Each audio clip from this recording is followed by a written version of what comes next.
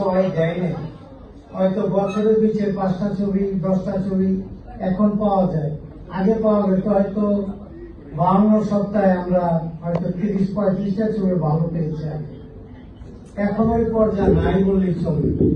আর এখন ছবি বানাচ্ছে যারা ছবি বোঝে ভালো কিন্তু কাজ বোঝে না। ছবি ভালো বানাইতে পারলে ছবি হল মালিকও বাসবে, ছবির মালিকও বাসবে।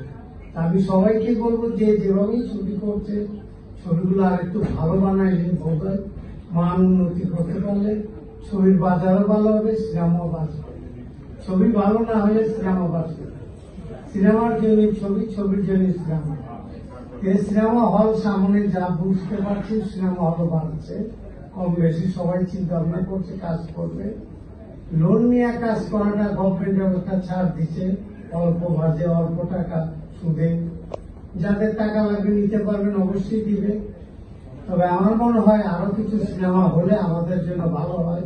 সিনে কমপ্লেক্স টাইপের না করে যদি 300 সিটের 250 সিট হবে না, 300-350 সিটের যদি করেন, একটু রেটটা কম করেন, তাহলে ছবি আরো দর্শক বাড়বে।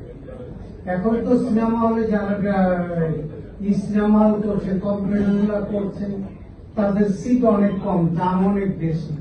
তবে একটু কম পয়সায় করলে সাধারণ দর্শকরা দেখতে পারবে। এই বলে আমার বক্তব্য শেষ করছি। আপনারা ভালো থাকেন, সুস্থ থাকেন। আসসালামু আলাইকুম। খসরু ভাইকে অনুরোধ করবো, খসরু ভাই আমাদের মাঝে উপস্থিত হয়েছেন। আমরা